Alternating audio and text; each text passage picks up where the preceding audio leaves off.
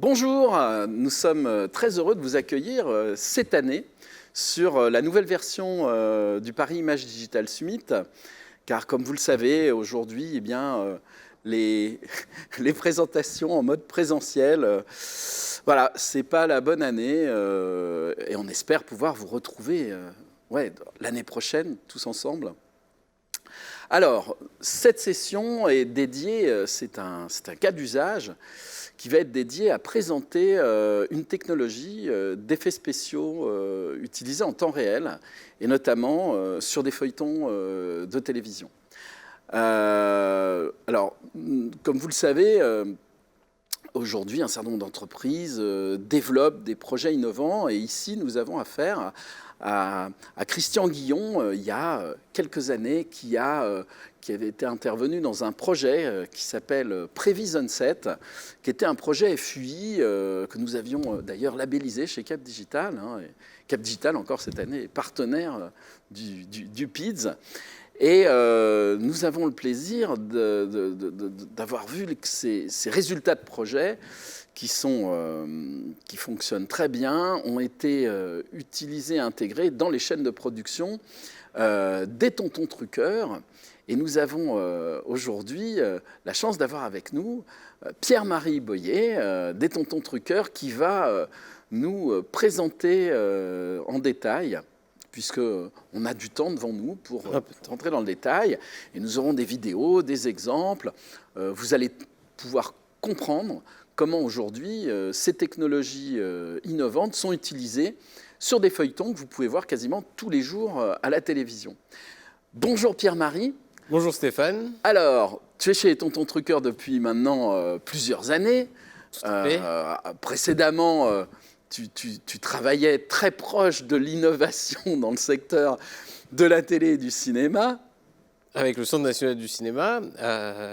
Et maintenant, donc, en effet, j'ai rejoint depuis 2 ans l'équipe des Tontons Truqueurs, donc entreprise fondée par Christian Guillon il y a plus de 3 ans maintenant, qui dédie son activité à la Prevision 7 et ce qu'on appelle aujourd'hui aussi les VFX on set, c'est-à-dire la capacité à truquer des images en temps réel sur le plateau en utilisant notamment de la 3D au travers des moteurs de jeu qui deviennent maintenant des moteurs 3D temps réel, et non plus seulement des moteurs de jeu, mais des moteurs qui sont capables de rendre des univers 3D qui vont s'intégrer à de l'image réelle. Et donc, on va dire que nous tournons quotidiennement avec France Télévisions sur la série Ainsi Grand Soleil à Montpellier. Et nous faisons donc de l'incrustation en temps réel avec une partie qui va s'avérer être vraiment de l'arrière-plan de fenêtre, de la découverte, comme on dit, et aussi de l'extension de décor. Peut-être qu'il serait intéressant de voir le premier clip. Oui, alors c'est sur des feuilletons grand public qui sont présentés sur France 2. Tout à fait, c'est des feuilletons quotidiens donc, qui passent à 20h40. Mais les téléspectateurs ne savent pas qu'il y a des VFX, parce que les VFX réussis, c'est des VFX qui ne se voient pas, c'est tout l'objectif. Donc c'est vrai qu'on se demande beaucoup, parfois mes copains personnels me demandent ce que je trafique à Montpellier parce qu'ils disent qu'il n'y a pas d'effets spéciaux dans ce feuilleton, et j'en suis ravi parce que en effet tout l'objectif de notre prestation c'est que ce soit invisible à l'œil du téléspectateur. Donc ici, on peut voir dans le petit extrait qui est diffusé 2 plans qui sont assez caractéristiques de notre travail. Donc le premier plan était vraiment de l'extension de décor numérique en extérieur. Ici, on est vraiment sur une découverte au travers des fenêtres. Donc ce qu'il faut bien comprendre pour pouvoir réussir à faire ces effets spéciaux en temps réel, nous, notre technologie, et nous travaillons avec une technologie américaine, donc ce n'est pas une technologie propriétaire, mais en tout cas la technologie sur laquelle on opère à Montpellier, c'est une technologie qui va permettre de fournir en fait 3 opérations distinctes qui sont nécessaires à la fabrication de ces effets en temps réel, à savoir une première opération qui va s'avérer être le tracking caméra. Donc on va, grâce à un système en fait de mire installé au plafond et un tracker installé sur la caméra, qui contient lui-même une caméra supplémentaire qui va venir filmer en fait vers le haut. Ces marqueurs? Les marqueurs, en effet, que nous avons installés dans les cintres du plateau. Et grâce à ces marqueurs et à ce tracker, en effet, nous sommes capables de repérer la caméra dans l'espace, que ce soit dans l'espace, mais aussi son orientation à travers ses rotations. Voilà, donc on a le point en X, Y, Z dans le volume du plateau. C'est ça. Et en plus, on sait ce qu'elle regarde. Tout à fait. On a les 3 translations et les 3 rotations, les 3 coordonnées de translation et les 3 coordonnées de rotation. De plus, ce tracker va aussi prendre les informations optiques de la caméra, de telle façon qu'on puisse déformer la 3D de la même façon que la caméra déforme le réel. Et donc, on va encoder, comme on dit, nos optiques, et en venant chercher, en fait, directement sur la caméra, l'information de focale, si on utilise un zoom. Si c'est une focale fixe, on l'intègre aussi. Mais on va venir encoder donc, cette information de focale, plus cette information de point, de telle façon à ce que, en effet, quand le chef opérateur sur le plateau va décider, on va dire, d'avoir un plan assez serré avec des choses très floues derrière, la 3D puisse suivre et on ait cet effet de profondeur dans notre mélange également. Ouais. Alors, l'usage, en fait, d'une seconde caméra, on pourrait se dire que ça complexifie l'opération. Il y a une époque où il y a des gens qui utilisaient le point de vue de la caméra principale qui, par exemple, filmait des mires qui étaient, par exemple, sur le fond vert. Sauf qu'on s'est rendu compte que si un acteur, par exemple, passait dans le champ, on perdait les références spatiales. Donc, du coup, l'usage de cibles, on va dire, qui sont sous les cintres, permet d'éviter, puisqu'on à première vue, on n'a pas d'oiseaux qui vont masquer le champ de la caméra. Tout à fait, en particulier dans un plateau qui est donc, comme son nom l'indique, un univers assez contrôlé. Hein, donc on est vraiment capable de limiter tout ce qui va être passage au-dessus de ce tracker. Néanmoins, nos collègues du son, parfois, passent leur perche par-dessus le tracker et ça peut nous faire perdre le signal. Ah. Il faut qu'on arrive à s'entendre avec eux. Ceci étant dit, voilà, nous, notre solution, elle fonctionne comme ça, avec cette caméra supplémentaire et ces cibles installées dans les cintres. Néanmoins, il existe d'autres systèmes de tracking que nous allons intégrer d'ailleurs, nous, dans notre pipeline, mais aussi que d'autres entreprises se servent et qui sont tout à fait fonctionnelles également. Il faut citer notamment tout ce qui va être du tracking mécanique, c'est-à-dire du tracking assez simple finalement, enfin en tout cas plus simple et plus précis, c'est-à-dire on va directement venir encoder des pieds caméra ou même des pieds caméra sur travelling ou des grues aussi également, c'est ce qui se fait beaucoup, notamment on travaille un petit peu avec Luma sur ces sujets-là. Luma qui était un des partenaires du projet Prevision 7. Tout à fait, et qui ont déjà quand même beaucoup, ils ont déjà dans leur besace, on va dire, beaucoup d'outils qui vont permettre de récolter ces données de tracking de leur grue. Et on ne le sait pas assez, Luma, c'est une entreprise française qui commercialise à l'international ces grues sur les tournages et qu'on retrouve dans un certain nombre de plateaux, notamment à Hollywood. Tout à fait, oui. Ils ont eu déjà de nombreuses récompenses internationales au travers de leur travail. Et voilà, ouais, nous, on essaye un peu de se rapprocher d'eux. Et c'est vrai qu'ils font un travail extrêmement intéressant, notamment sur les grues, et pas seulement, sur les pieds également. Et nous, on essaye de se rapprocher d'eux pour développer quelques outils supplémentaires, et notamment du tracking mécanique. Voilà, après, nous utilisons un système de tracking optique actuellement. Il existe plusieurs systèmes de tracking optique. Hein. Il y en a qui fonctionnent avec les cibles, mais il y en a qui fonctionnent avec des pastilles de Scotch-Light. Il y en a qui fonctionnent avec 2 petites caméras qui vont venir sous la caméra principale pour essayer de décoder les informations de profondeur de l'image. Donc ça aussi, c'est des solutions qui sont alternatives et qui ont prouvé leur efficacité. Donc plein de solutions de tracking sont envisageables et nous, nous, on estime en tout cas que la solution de tracking va dépendre bien sûr des conditions de tournage et certaines conditions vont plus être adaptées à certaines technologies de tracking que d'autres.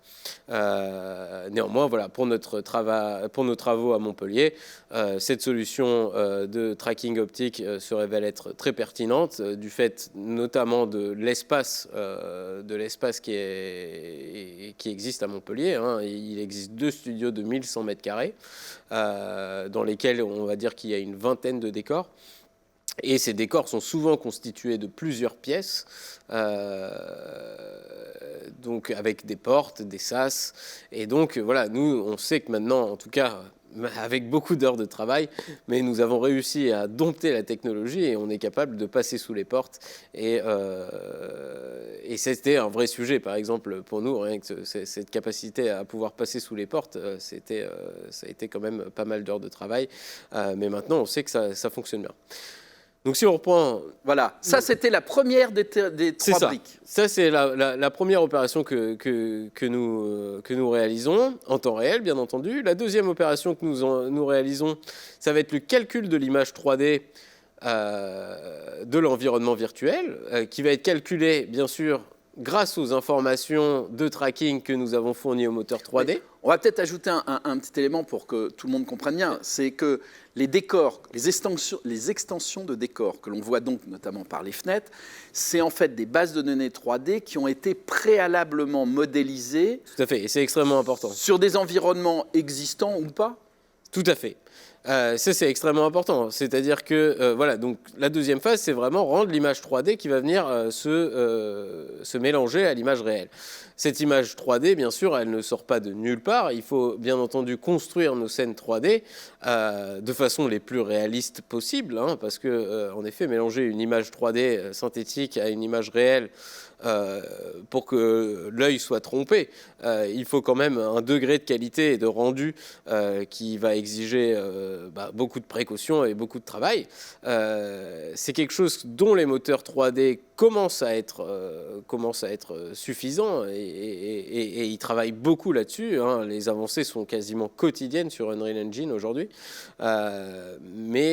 Donc c'est grâce à ce moteur 3D, Unreal Engine, que nous sommes en capacité de calculer la découverte, donc la scène 3D, dans l'angle de caméra qui est filmé en réel.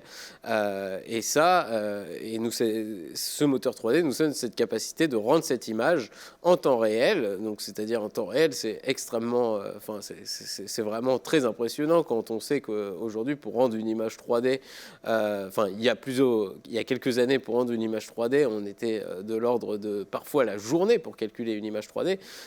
Là, ici, en effet, les images doivent être rendues on the fly, comme ils disent les Américains. Donc, il faut vraiment quand même des capacités de calcul et de GPU.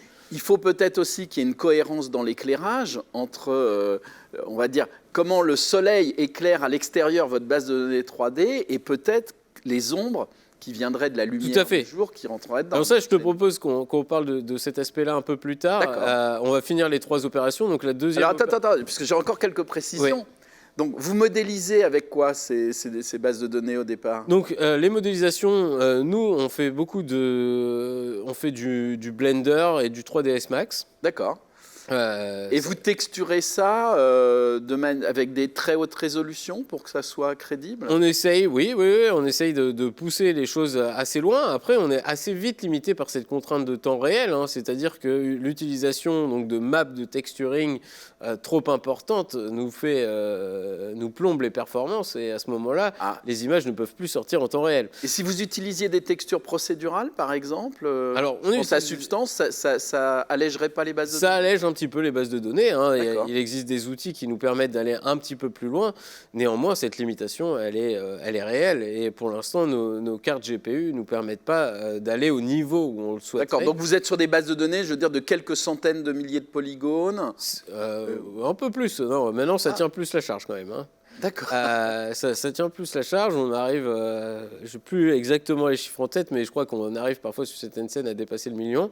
Oui, quand même. Donc ça permet notamment une résolution et donc une crédibilité dans ces arrière-plans de décor qui est bonne. Qui commence à être intéressante. Ouais. Vous arrivez à faire de la végétation? Tout à fait, voilà, oui, mais en utilisant, c'est-à-dire que maintenant, compte tenu de ce virage du temps réel qui est en train de s'opérer, alors pour nous, c'est déjà depuis 2-3 ans, mais finalement dans l'industrie, de par la situation sanitaire, mais aussi de par les avancées technologiques, encore une fois, de ces moteurs-là, tout le monde s'y met un peu et il se trouve que tous les logiciels qui sont développés actuellement, tels que SpeedTree, tels que Golem aussi, des logiciels d'animation, tout ça est en train de migrer vers le temps réel également, avec des plugins qui sont très adaptés. Et de devenir compatible avec une Real Engine. Tout à fait, et de devenir compatible avec eux. Et on peut donc profiter de la plupart de ces outils aussi simplement que le font nos collègues du précalculé.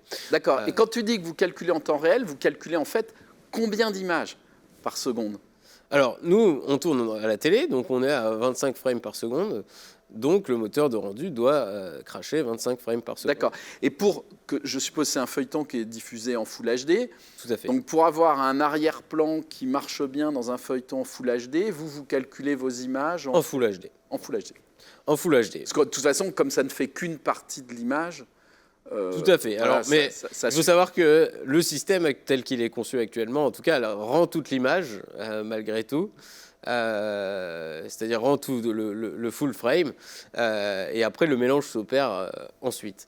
D'accord. Et c'est une très excellente transition parce que le mélange, donc ce fameux compositing, ce qui est la phase compositing, c'est la troisième opération que nous réalisons en temps réel sur le plateau. Troisième brique. Donc la troisième brique, donc qu'on appelle le compositing, c'est-à-dire le mélange de l'image réelle avec l'image virtuelle. Et ça, donc elle se fait. Donc nous, on utilise la bonne vieille technique du fond vert, le green screen, donc sur lequel on opère une opération de key, le keying, qui consiste donc à effacer le vert et à le remplacer par notre univers 3D calculé en temps réel. Donc si on résume, ce sont ces trois opérations, le tracking caméra, le rendu de l'image 3D temps réel et le compositing temps réel qui nous permettent de produire les images qu'on a vues tout à l'heure. Et alors pour faire ce compositing, vous utilisez une solution logicielle type Nuke ou vous utilisez dans une régie hardware Nous, la technologie que nous utilisons, donc, qui est la technologie de la société Lightcraft, qui s'appelle Allied, cette technologie en fait produit ces trois opérations au sein d'un même workflow. Donc le même soft nous permet de produire ces trois opérations, donc on n'a pas besoin d'outils supplémentaires. Il existe en effet des setups et on y réfléchit aussi parce que nous, on considère que tout ça ne sont que des outils et notre objectif est de répondre à au plus de demandes possibles. Et donc en fonction des conditions de tournage, on pourrait imaginer également utiliser par exemple des keyers externes tels qu'on les utilise à la télé actuellement. Le célèbre Ultimate de Blackmagic, par exemple, pourrait aussi être intégré à notre workflow dans certaines conditions. L'Ultimate qui a été utilisé sur les chaînes de télé depuis des décennies. Tout à fait. Alors peut-être qu'il serait intéressant, maintenant qu'on a parlé des trois opérations, de visionner rapidement le clip de la présentation technique sur lequel on voit un petit peu nos opérateurs travailler avec tout le setup complet et un peu comment ça se passe dans le studio. Voilà, donc là on voit vraiment... Voilà, cette vidéo, on l'a faite pour bien montrer qu'en effet, le système fonctionne en temps réel.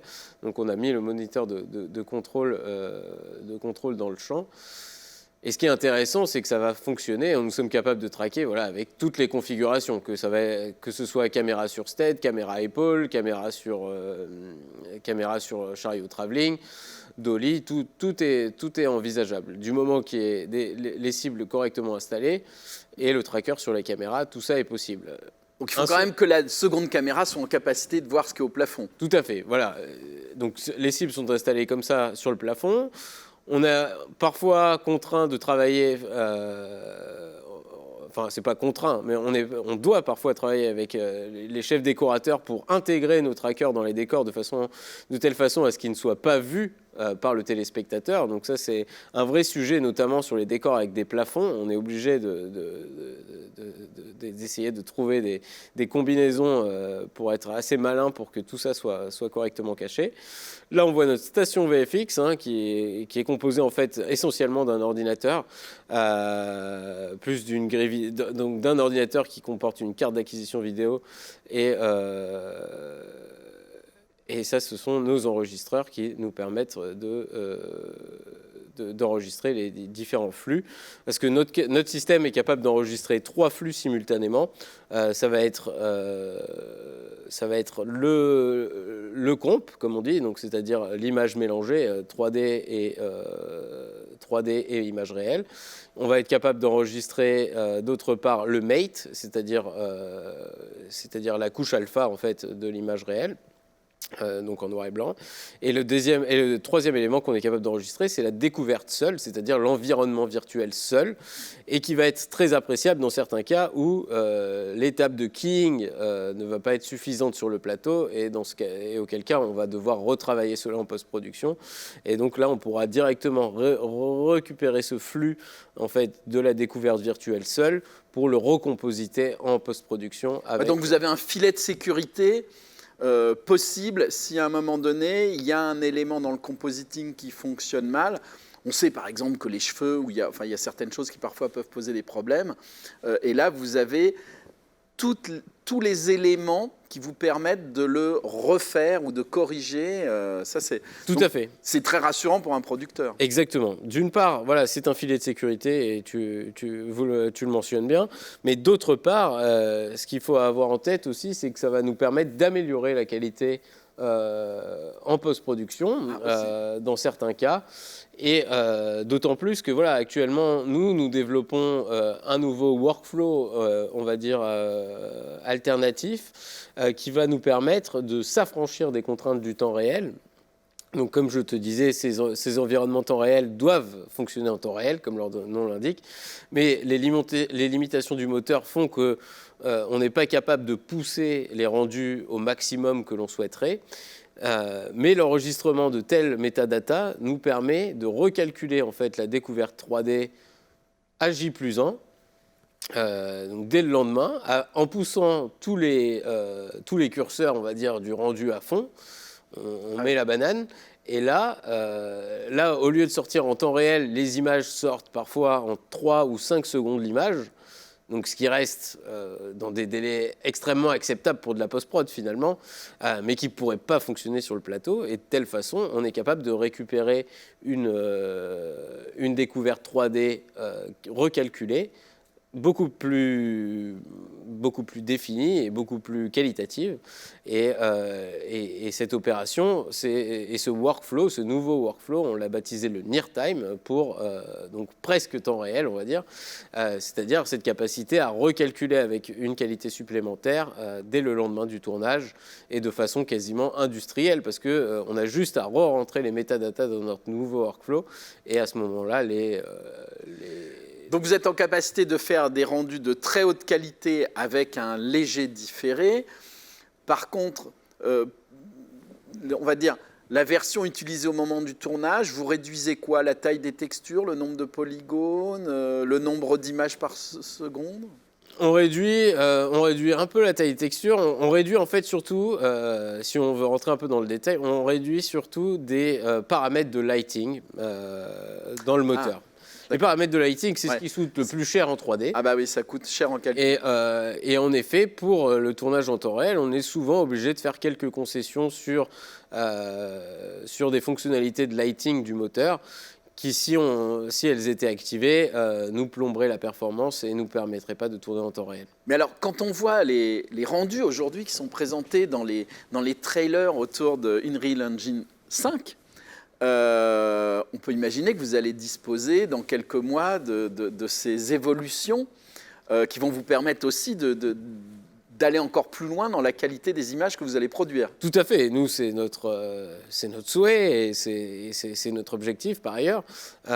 C'est quelque chose qu'on voit vraiment, encore une fois, la qualité de ces moteurs augmente quotidiennement. Il y a des mises à jour qui sont quasiment trimestrielles.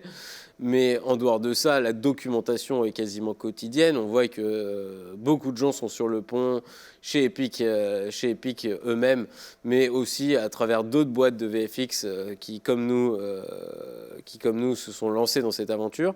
Et des nouveautés sortent quotidiennement. On est capable d'améliorer la qualité vraiment assez... il y a vraiment des nouvelles fonctionnalités qui nous permettent d'aller plus loin. Ils vous soutiennent ou ils peuvent vous fournir oui, ils sont un soutien technique quand vous avez une question. Ils sont assez intéressés par notre travail et ils regardent un peu ce qu'on trafique, ils nous donnent certains coups de main. Après nous, c'est toujours pareil, on reste quand même une petite entreprise. On est des petits acteurs, néanmoins on est fort maintenant de quasiment, même pas quasiment, parce que je lisais la feuille de service ce matin, on est à plus de 630 jours de tournage de Un si grand soleil avec cette technologie temps réel. Donc ça veut dire, on truque à peu près 5 plans par jour. Donc fois 630, si on fait un rapide calcul, ça commence à faire un certain nombre de plans. Donc c'est vrai que la technologie... Quand tu dis 630, ça correspond aussi au nombre d'épisodes ça correspond fabriqués. Au nombre d'épisodes fabriqués, exactement. Ah oui, donc plus de 600 épisodes tout à fait diffusés sur France 2 ont été réalisés grâce à votre technologie et votre savoir-faire. Tout à fait. Et ça, quand on expose ces métriques, notamment à Unreal Engine, ils disent « Ah ouais, bon, eux, ils doivent savoir quand même comment ça fonctionne. » Donc c'est vrai que ça les intéresse. Nous, on a tout intérêt à travailler avec eux. Aussi, ils nous donnent quelques éléments pour essayer d'avancer. Il y a encore du boulot, mais c'est vrai que l'avènement de Unreal 5 pourrait être une vraie opportunité pour améliorer ses rendus. Qui pour l'instant nous paraissent vraiment intéressants, mais par exemple nous paraissent un peu limités parfois si on veut rentrer vraiment dans l'image. C'est un peu quand même la limite. Alors, si je suis un donneur d'ordre, il y a des grands donneurs d'ordre, il y en a, ça commence par N, ça finit par X, par exemple, mais je veux tourner en 4K.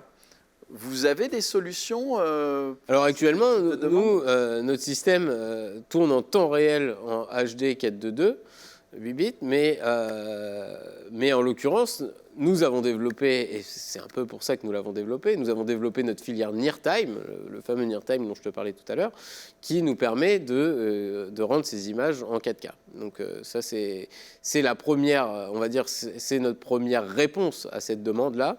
D'accord. Et la brique 2, qui est je ne sais plus si c'est la 2 ou la 3, le keying en 4K, parce que là, on va avoir des détails extrêmement fins. Vous le keying en 4K, testé c'est pareil. Le keying, c'est une opération assez délicate. Nous, on s'en rend compte.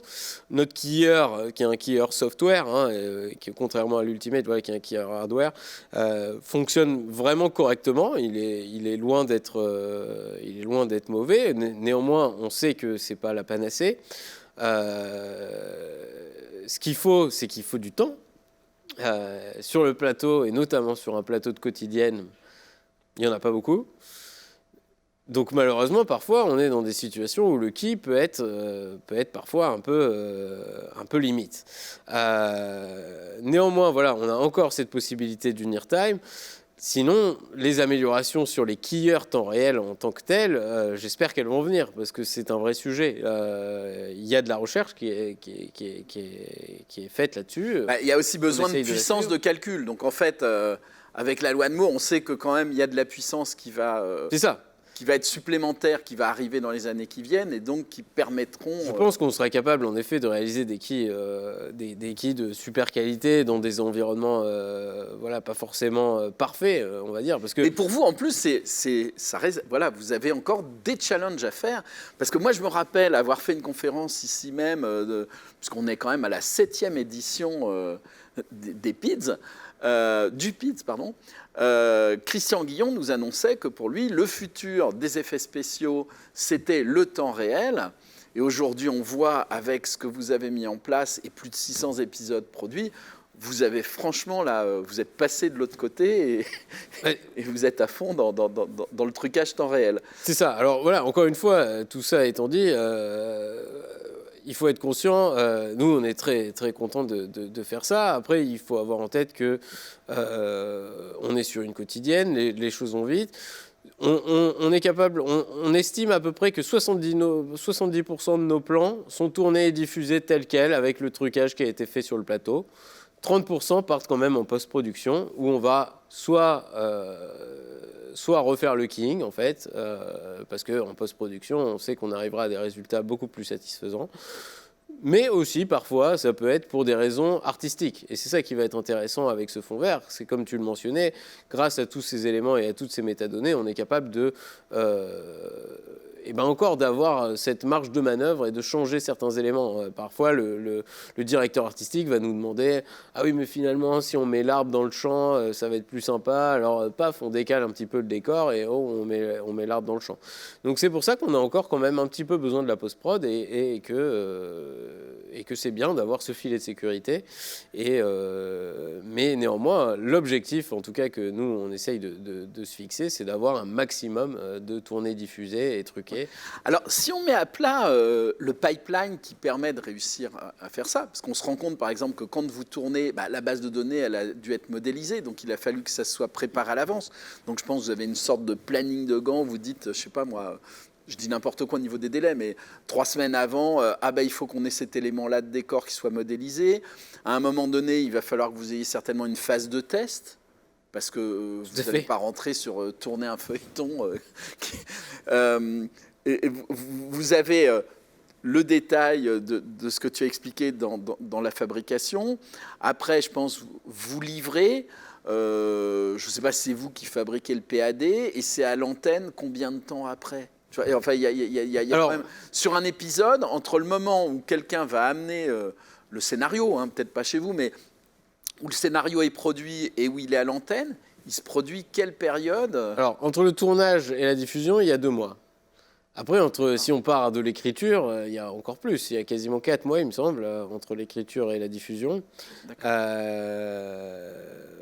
Mais voilà, oui, c'est quand même nécessaire. Ouais, c'est une grosse machine, un tel feuilleton. Tourner quotidiennement, ça nécessite quand même pas mal de planification. Mais donc oui, il y a quand même quelques marges de manœuvre. Et est-ce que vous pouvez faire de la réhute, prendre un élément 3D, je sais pas, l'inverser ou changer l'angle du point de vue Nous, c'est-à-dire nos bases de données 3D, et ça c'est un peu aussi un vrai avantage de ces nouvelles façons de travailler et du temps réel en particulier. C'est-à-dire que nous, on essaye de produire des bases de données qui sont assez importantes. Par exemple, on va reproduire des zones de l'ordre de parfois 5 km², parfois 10 km².